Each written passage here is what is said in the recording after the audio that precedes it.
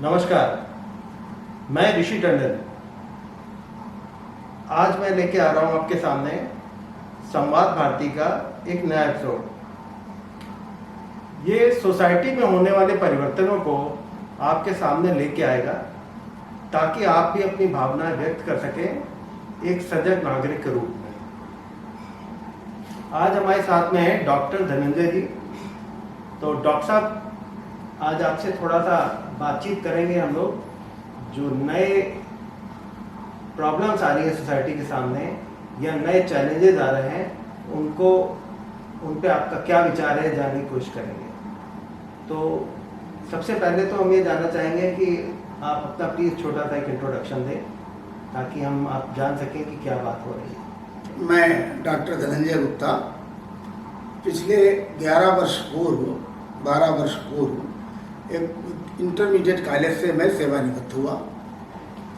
मैं माध्यमिक शिक्षा सेवा चयन आयोग में भी सदस्य और अध्यक्ष पद पर कार्यरत रहा। राष्ट्रीय शिक्षक पुरस्कार मुझे सन 2008 में अपने अध्यापन की श्रेष्ठता के आधार पर प्राप्त हुआ था। सामाजिक क्षेत्र में विभिन्न सामाजिक विषयों पर हम लोग एक सामाजिक कार्यकर्ता के नाते समाज को श्रेष्ठ नैतिक मूल्यों, सनातन विचार और सृष्टि के शाश्वत सिद्धांतों के आधार पर उन्हें पुनः जागृत करने और उनके बीच में बातचीत करने का काम हम लोग समाज में करते हैं। राष्ट्रीय मूल्यों के जो श्रेष्ठ मानबिंदु हैं उसके आधार पर व्यक्तित्व के निर्माण और विकास के क्षेत्र में हम लोग समाज में काफी समय से काम कर रहे हैं। तो डॉक्टर साहब, आपकी कोई संस्था भी है क्या? मेरी कोई संस्था नहीं। हम लोग समाज का जो भारतीय समाज के लिए एक लगभग सन 1925 से लेकर के आज तक केवल भारतवर्ष नहीं पूरी दुनिया में समाज को सुसंस्कृत करने और उन्हें एक अच्छे नागरिक बनने और जिस देश में वो रहते हैं उस देश के उस मिट्टी के प्रति वफादारी के साथ अपना दायित्व निर्वहन करें, एक अच्छे नागरिक की रचना करने में जो संस्था इस देश में काम कर रही है उसी का मैं एक छोटा सा स्वयंसेवक हूँ। बहुत बढ़िया डॉक्टर साहब, यहाँ पे 1 मिनट में रुकूंगा जरा सा ताकि मैं हम लोग अपने इस विचारों को आगे ले जा सके। वो विषय के बहुत ही दूरस्थ नतायज होने वाले हैं इस समाज के ऊपर। जो सेम सेक्स रिलेशनशिप्स हैं ये बहुत ही आजकल चर्चा का विषय बनी हुई है और इनको सोसाइटी में एक जगह देने की कोशिश चल रही है और संबंधों को एक्चुअल में ग्राउंड पे और लीगल पॉइंट ऑफ व्यू से कन्वर्ट करने की कोशिश चल रही है। आप LGBTQ कम्युनिटी और इसके रिलेशनशिप राइट्स, इनको आप कैसे देखते हैं? जब इस प्रकार के विचारों को कानूनी मान्यता अथवा संवैधानिक अधिकार की दृष्टि से देख करके उस पर निर्णय या कोई सरकार अथवा कोई न्याय व्यवस्था, इसके पहले तो ये जानना होगा कि इसके जो सृष्टि के या प्रकृति के जो शाश्वत सिद्धांत है, नियम है, उसमें क्या है। एक जीव विज्ञान का विद्यार्थी होने के नाते मैं इस चीज को अधिकृत रूप से कह सकता हूँ कि प्रकृति ने, जिसे कि अगर दूसरी भाषा में कहा जाए तो उसे सृष्टि भी कह सकते हैं। सृष्टि के सिद्धांत और प्रकृति के जो वैज्ञानिक मूल्य हैं, वहाँ कहीं पर भी सेम सेक्स रिलेशनशिप जैसी चीज नहीं, कभी कल्पना में ही नहीं रही।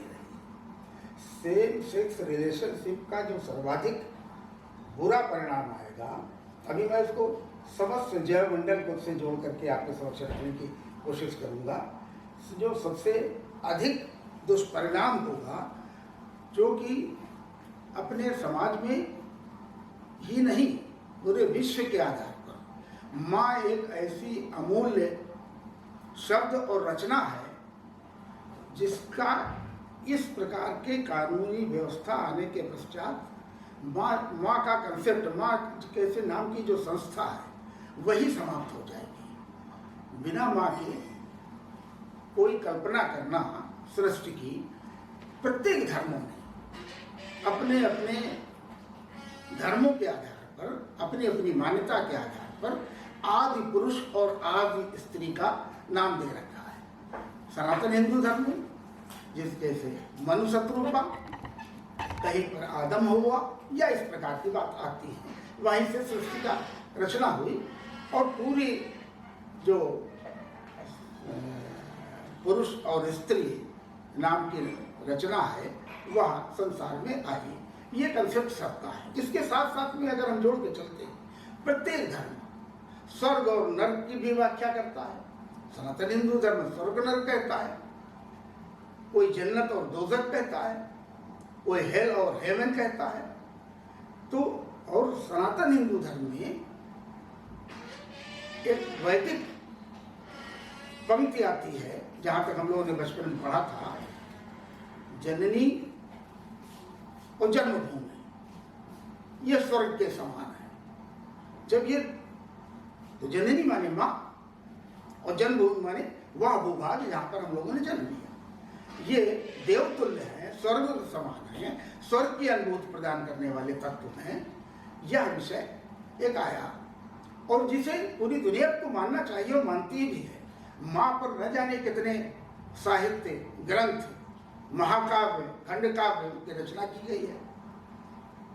अब इसके चलन के विपरीत यदि उपभोक्तावाद के रहते बाजारवाद के को मानने वाले पाश्चात्य देशों के द्वारा यदि इसे अपनी बाजारों, पूरी दुनिया को बाजार मानने के लिए एक नई संस्कृति को जन्म देने का प्रयत्न चल रहा है, उसे खास तौर से भारत के जैसे श्रेष्ठ सांस्कृतिक मूल्यों वाले राष्ट्र में इस प्रकार के विचारों का कोई स्थान होना नहीं चाहिए। विवाह एक संस्कार है भारतवर्ष में, और पहले तो दुनिया भर में इस प्रकार के संस्कार हुआ करते थे, अलग अलग धर्मों में आज भी होते हैं। लेकिन भारत में जन्मे धर्मों में, चाहे वह बौद्ध धर्म हो, चाहे जैन धर्म हो, अथवा ये हमारा खालसा पंथ हो, इन सब में विवाह एक ऐसा श्रेष्ठ संस्कार है जिसके संस्कार का एक कुछ निश्चित नियम है। सनातन हिंदू धर्म में तो यह मान्यता है कि यह वैवाहिक जो संबंध होता है यह 7 जन्मों के लिए होता है, और इसमें कुछ श्रेष्ठ मूल्य हैं जिन मूल्यों के आधार पर ये वैवाहिक संस्कार होते हैं, जिससे कि आगे की संतति, आगे की सृष्टि चलती है। पूरी धरती पर, पूरे विश्व में जो विभिन्न प्रकार की जैव विविधता पाई जाती है, जैव विविधता का जन्म भी मेल और फीमेल सेक्स के आधार पर ही हुआ। जहां तक वनस्पतियों का पक्ष है, वनस्पतियों में भी मेल फीमेल सेक्स होते हैं, और जो कि उनमें उसी के आधार पर बीजों का निर्माण, फलों का निर्माण और उससे आने वाली संततियों का निर्माण होता आया है। दूसरी ओर यदि हम इसके विपरीत कुछ बात करना चाहें तो जो मूल विषय है मानवाधिकार के को लेकर के, अथवा किसी भी राष्ट्र में के नागरिकों में समभाव निर्माण के विषय में, तो समान प्रकार के कानूनों के बारे में देश बहुत दिनों से मांग करता आया है।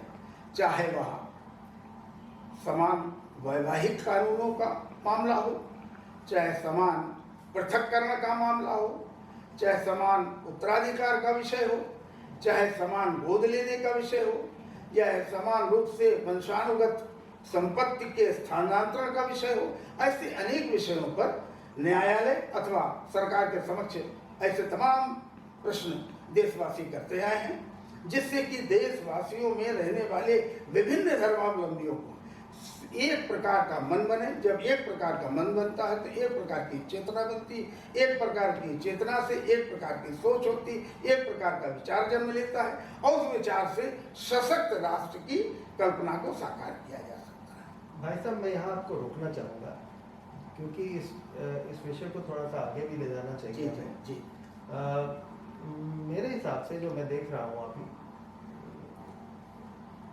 समदर्शी होना ठीक है, एक जैसा सबके लिए लॉ हो, ये भी अच्छा है, मगर क्या ये लोग जो LGBTQ कम्युनिटी को बिलोंग करते हैं, क्या इस देश के नागरिक नहीं? क्या इनको उन अधिकारों से वंचित किया जाना चाहिए जो हमारा कॉन्स्टिट्यूशन बाकी लोगों को देते हैं? हमारे आर्टिकल 14, 15, 19 आपको equal protection under law guarantee करते हैं। गारंटी का मतलब है कि इसको रिवोक किया जा सकता only under very very specified condition. ये नहीं कहा जा सकता कि एक्स आदमी LGBTQ है तो इसको हक नहीं है दूसरे के साथ रहने का, या ये नहीं कहा जा सकता कि अगर ये व्यक्ति समलैंगिक है तो ये तो भारत के किसी और नागरिक से कम है। तो ये या तो हमें इन चीज़ों को अपने आर्टिकल्स में वापस डालना पड़ेगा, जिसमें कहना पड़ेगा कि ये कम्युनिटीज़ को बाहर किया जाता है हमारी सोसाइटी से, इनको हमारे लीगल प्रोटेक्शन से बाहर किया जाता है, या हमें अपने कुछ विचारों में संशोधन की ज़रूरत है, जहां हम कहें कि हाँ ठीक है, तुम अपने हद तक अपने घर में अपने कमरे में जो करते हो ये तुम्हारी राइट है, इसको बाहर लेके मत आओ। मेरी जैसे कि इंग्लिश लॉ का एक प्राइमरी बिंदु है जिसके बेसिस पे सारा लॉ बना हुआ है पूरी दुनिया का, your freedom ends where my nose begins. तो आपकी राइट है, फ्रीडम है, मगर वो मेरी राइट और फ्रीडम में इन्फ्रिंज नहीं करनी चाहिए। तो इसी तरह से इनको भी एक फ्रीडम की इजाज़त होनी चाहिए, मगर एज लॉन्ग एज वो आपकी है हमारी राइट में या कोई भी मोरालिटी के पैरामीटर्स को तोड़ते हुए कहीं आगे ना निकल जाए। क्या ये ज़रूर नहीं है कि समय के साथ चला जाए? क्यों हम ये मांग करते हैं कि हमारे जो 3000 या 5000 साल की विशेषताएं हैं हम उसी पे चलते रहें? तो यहाँ पे हम लोग कुछ सुधार की ज़रूरत है, हमें आगे बढ़ने की ज़रूरत है। ज़रूरी नहीं है कि हम उस पर ये कहें कि 377 हटने के बाद भी हम इनको डेमोनाइज करें, इनको अलग करें, और इनके लिए भी हमें सोसाइटी में जगह बनाने की ज़रूरत है। अब वो कहाँ तक जाएंगे? कहीं ना कहीं रुकेंगे ज़रूर, क्योंकि कोई भी चीज़ परमानेंट सतत नहीं होती है, आगे बढ़ती रहती है और बदलती रहती है।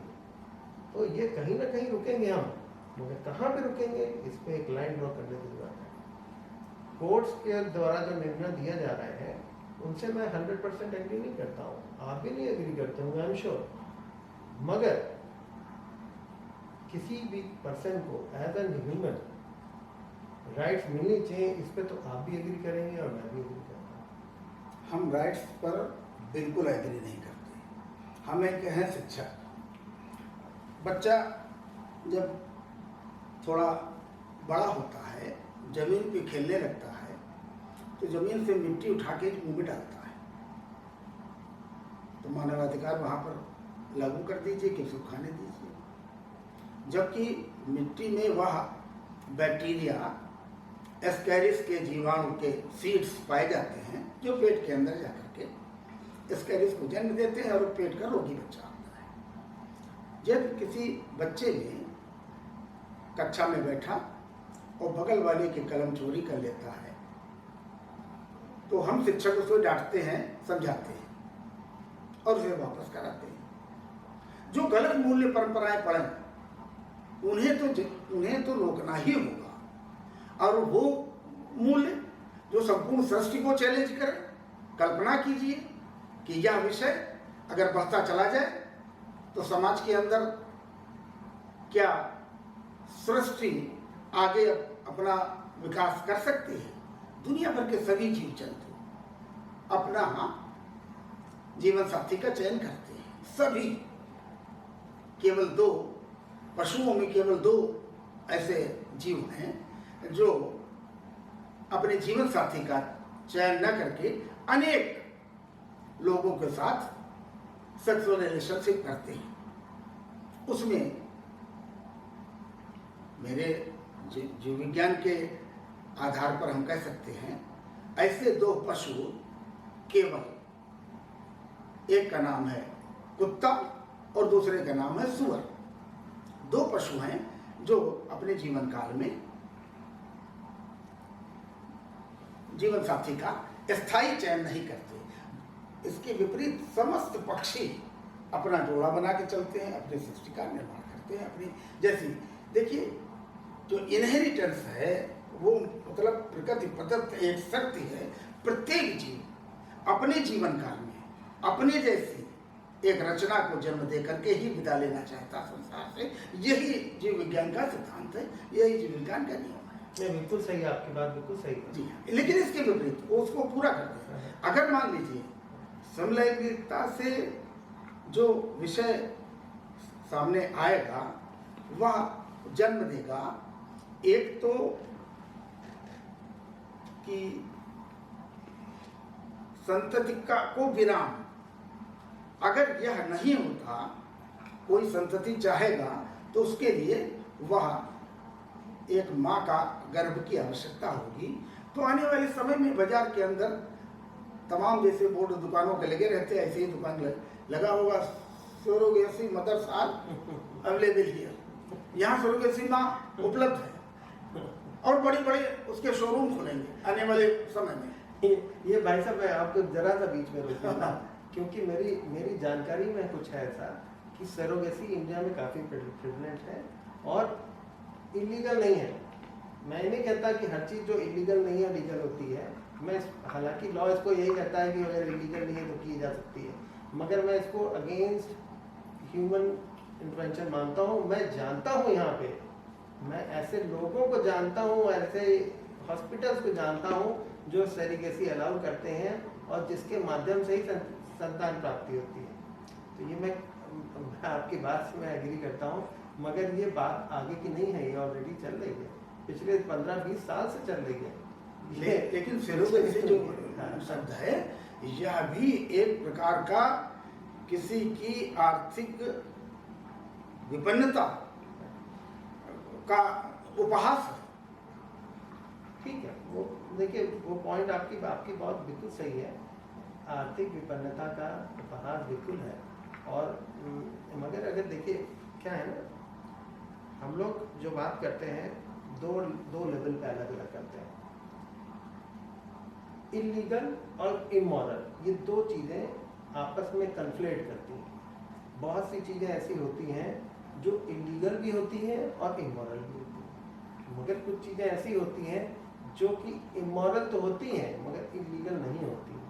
तो कुछ चीज़ों को ऐसा है हमें आगे आने वाले समय के लिए छोड़ना पड़ेगा, जिसमें लोग खुद डिसाइड करेंगे कि जो इमोरल है उनको इलीगल होना है या नहीं होना। लेकिन हमारे विचार जब हम चाहते हैं कि दूसरे लोग हमारे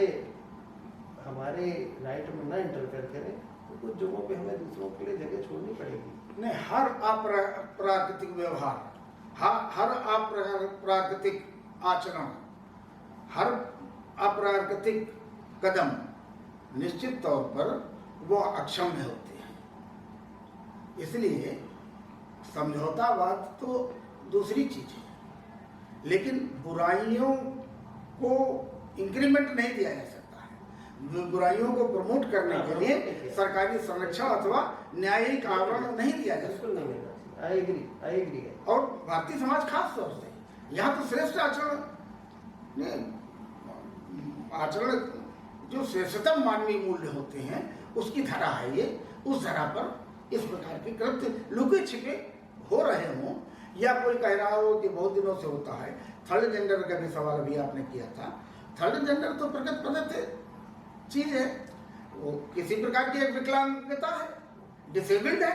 डिसेबल्ड को प्रमोट किया जाता है, उनकी मदद की जाती है, लेकिन डिसेबल्ड को ये नहीं कहा जाता है कि आपने जैसे विकलांग और बना दीजिए। इस बात को कोई प्रमोट नहीं करेगा, ना सरकार, ना न्याय व्यवस्था, ना कोई धर्माचार, ना कोई विद्वान, ना कोई महापुरुष कभी नहीं उसको प्रमोट करने की बात करेगा। बात सही है आपकी, बिल्कुल बात सही है। विकलांगता, डिसेबिलिटी। मगर डिसेबिलिटी में आप ये बताइए उस व्यक्ति का जो पैदा ही ऐसा हुआ, उसकी क्या गलती? विज्ञान कुछ और कहता है। जीव विज्ञान के आधार पर जो थर्ड जेंडर है उसमें सेक्स की नीड नहीं होती है। Where there is no sex organs, there is no need of sexual desires. मैं आप लेकिन वो कोविड ट्रेनिंग से वो पाते हैं। मगर क्या है, इसमें भी कई टाइप के वो होते हैं। थर्ड जेंडर में भी जैसे आपको कहा LGBTQ++, आजकल सुनने में आया होगा, प्लस का मतलब भी होता है कई टाइप के, आप जिसको विकलांगता कह रहे हैं, कई टाइप के लोग होते हैं। गे है, लेस्बियन है, क्वीर है, थर्ड जेंडर है। थर्ड जेंडर सारे गे लेस्बियन नहीं होते हैं।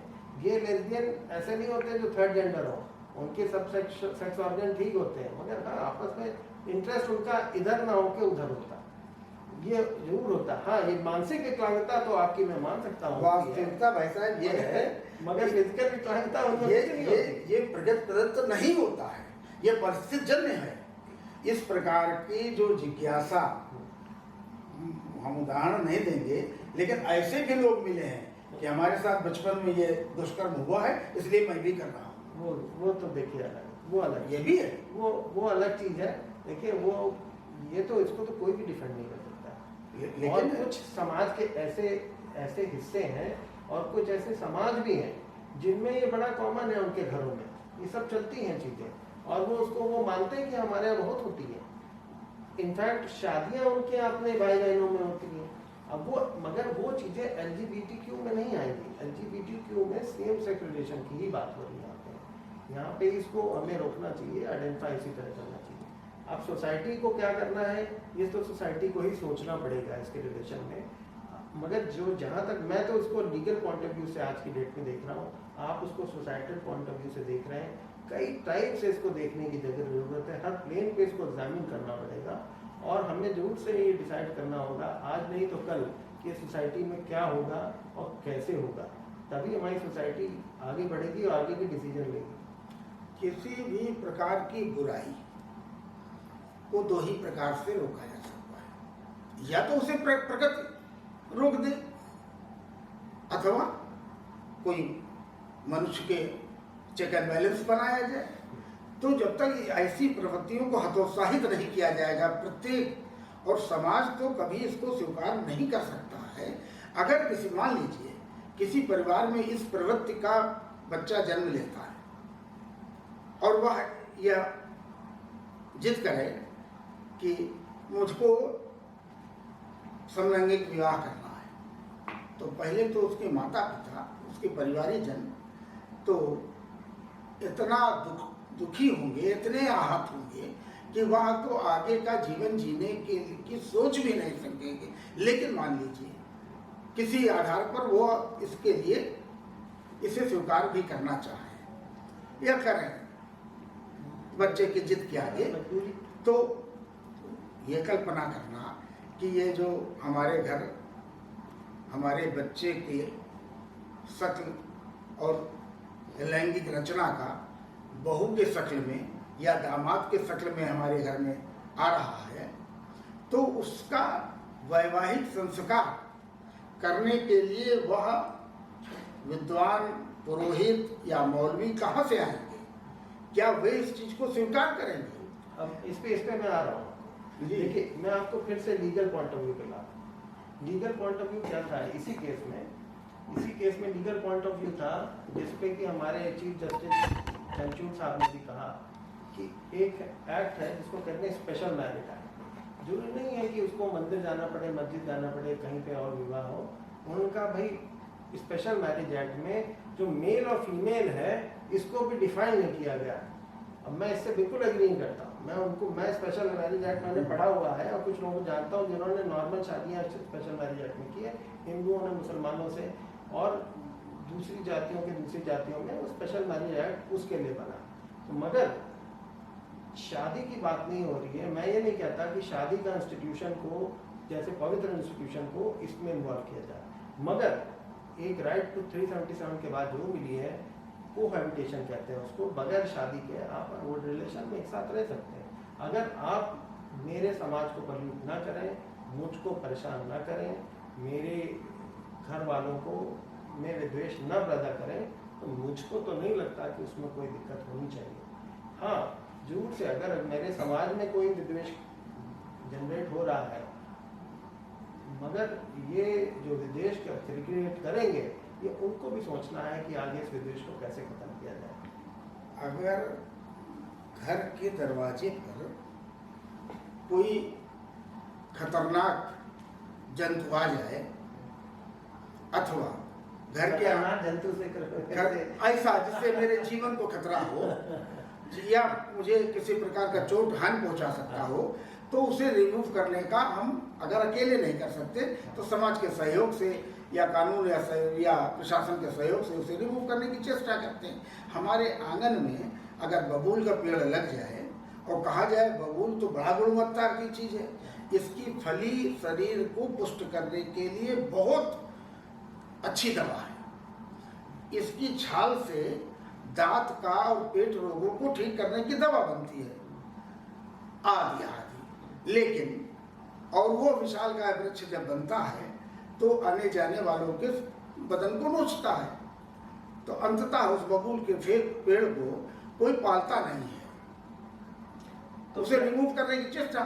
तो इस प्रकार की प्रवृत्ति को अपने साहित्य के आधार पर उनमें मानसिक परिवर्तन लाने के लिए हम शिक्षक के दृष्टिकोण से, अभी हमने आपको उदाहरण दिया था, बहुत सारे बच्चे छात्र 80-70-80 बच्चे हमारे क्लास में हैं मान लीजिए, उनमें सब विपरीत स्वभाव के हुआ करते हैं।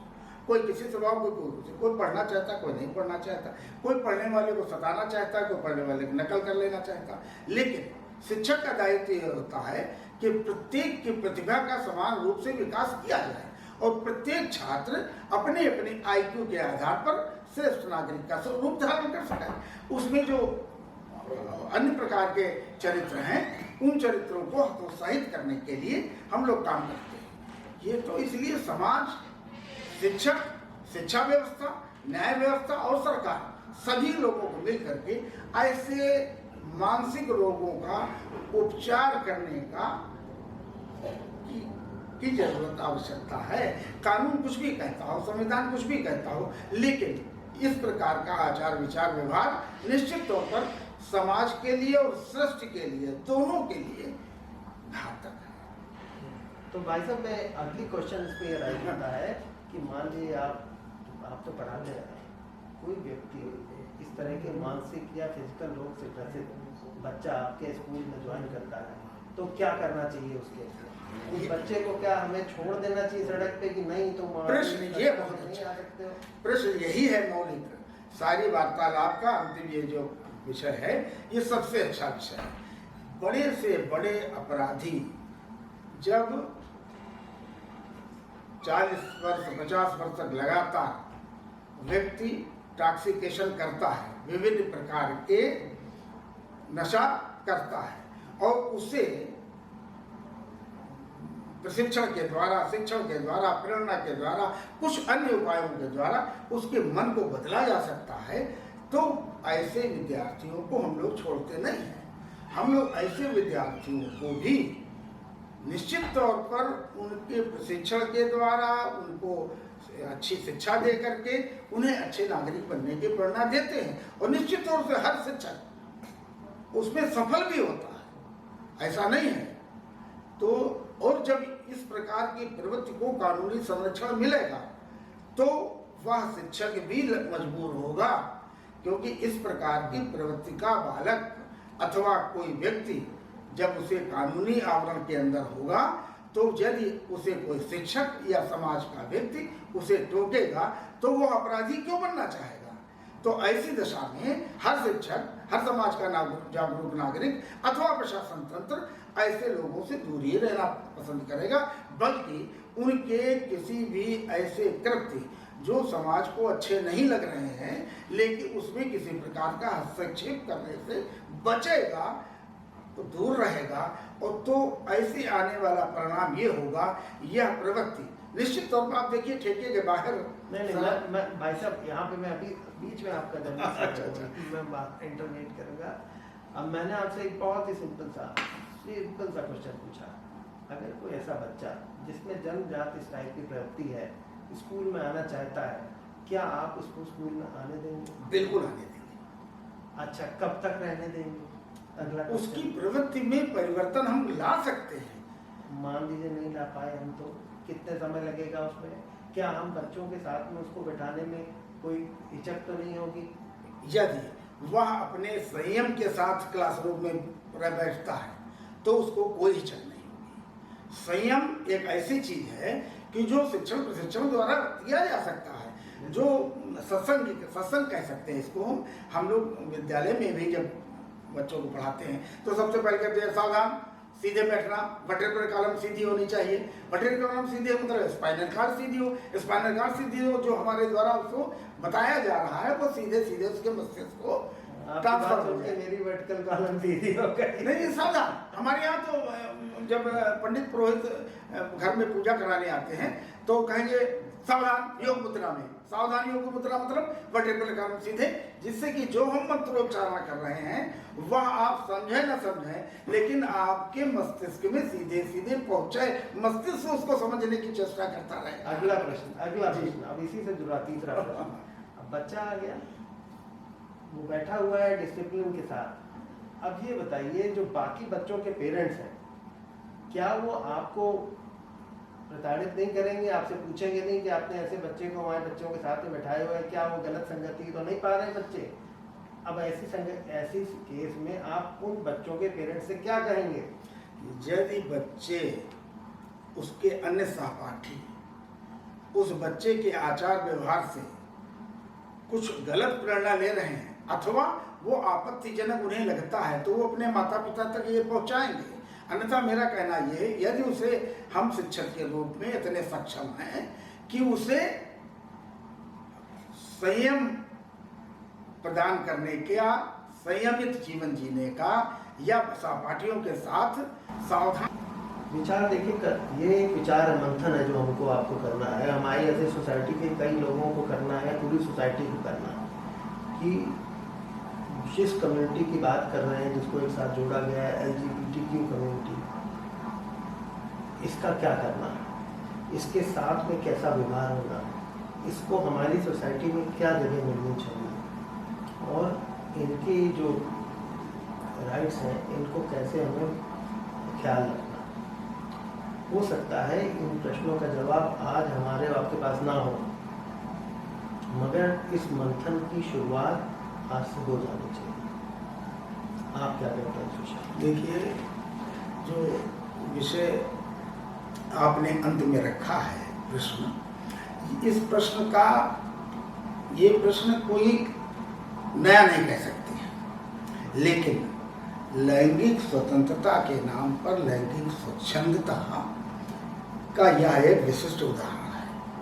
और कोई भी समाज के अंदर बुराई हो, बुराई को अच्छाई में परिवर्तित करने का प्रयास सदैव समाज और राष्ट्र और साहित्य करते रहे।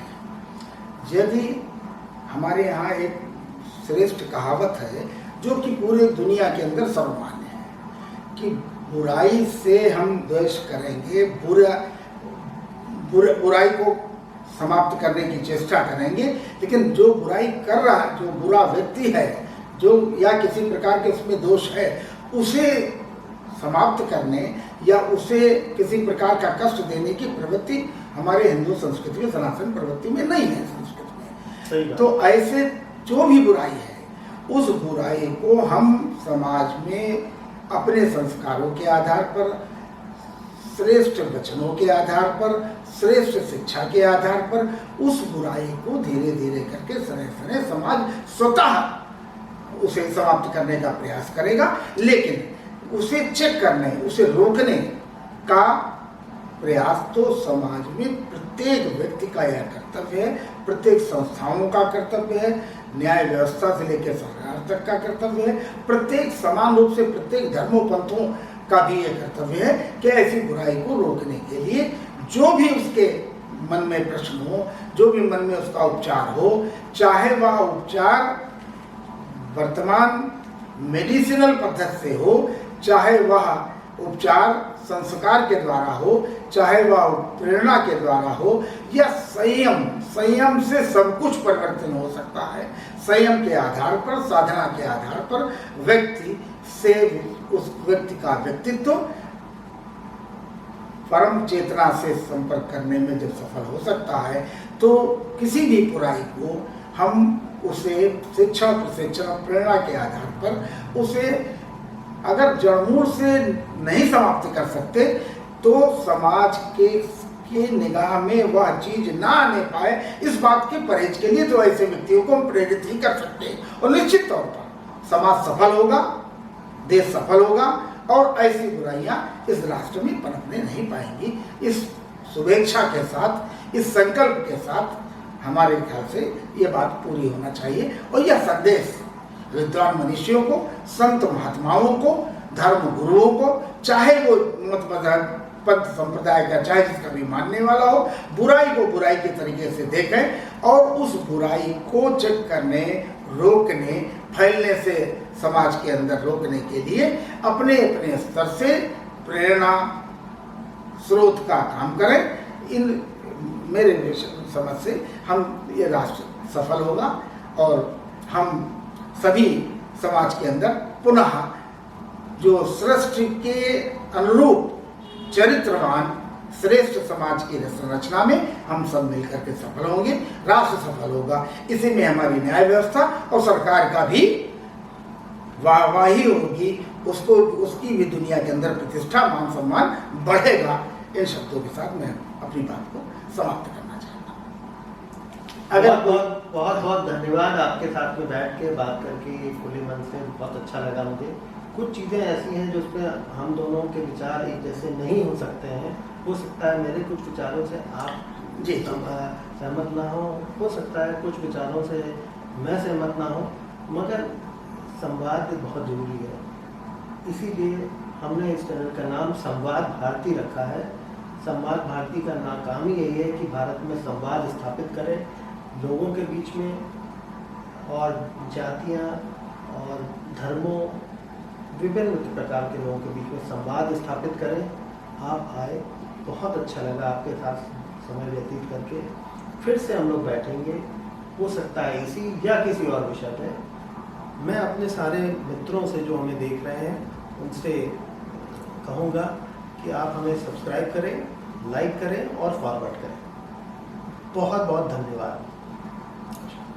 एक पंक्ति कहने के बाद अपनी बात को समाप्त करूंगा, वीडियो भी आप अपना समाप्त करेंगे। बिल्कुल। शास्त्रार्थ भारतीय धरती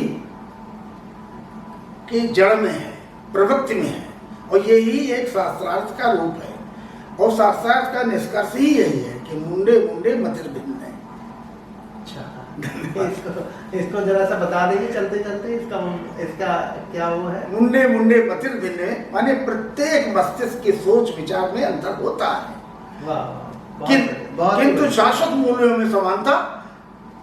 ये किसी भी धर्म, संस्कृति, किसी भी संस्कार का निष्कर्ष है कि उसे गौण चीजों पर, अन्य तमाम चीजों पर भिन्न मत भिन्नता हो, लेकिन श्रेष्ठ मानवीय मूल्यों के निर्माण में सबका मत एक हो, अर्थात मत ऐक्य हो। धन्यवाद, बहुत बहुत बढ़िया, आपके साथ मिलकर बहुत अच्छा है। फिर मिलते हैं।